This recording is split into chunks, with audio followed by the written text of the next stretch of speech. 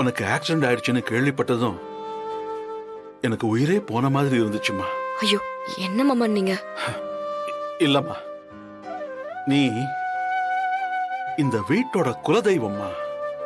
நீ வந்ததுக்கு அப்புறம் தான் இந்த குடும்பத்துல சந்தோஷம் நிம்மதின்னு ஏதோ கொஞ்சமாவது இருக்கு.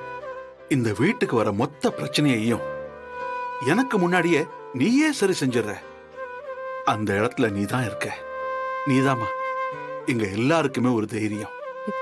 உனக்கு ஒண்ணுன்னா என்னால தாங்கிக்க முடியலம்மா. நீ கொஞ்சம் கவனமா இருவீரா, பாத்துக்கம்மா. சரிங்க மாமா. ஏதேதோ எதிர்பார்க்காம நடந்துருச்சு. எனக்கு இந்த குடும்பத்தை பத்தி ஒரு பக்கம் கவலையா இருந்தாலும் மாறனை பத்தி தான் ரொம்பவே கவலையா இருக்குமா.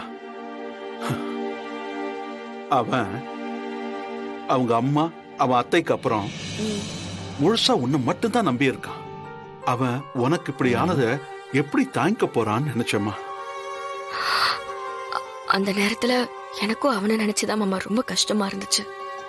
ஆனா வேற என்ன பண்றது மாமா? பிரச்சனைன்னு வந்தா அத நம்ம சமாளிச்சுதானே ஆகணும். அவன் 1000 பிரச்சனை வந்தாலும் சமாளிச்சுடுவாம்மா.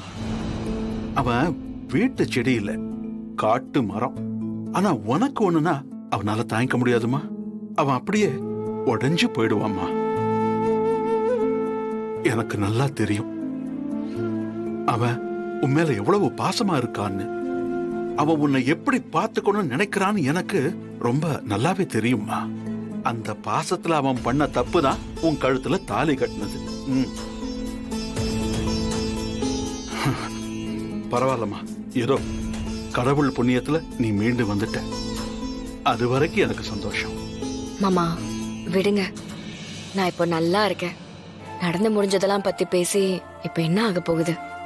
எனக்கு ஒண்ணுனா நீங்க மாற நம்ம குடும்பம் எல்லாம் இருக்கிற வரைக்கும் என்னை யாரும் எதுவுமே பண்ண முடியாது மாமா.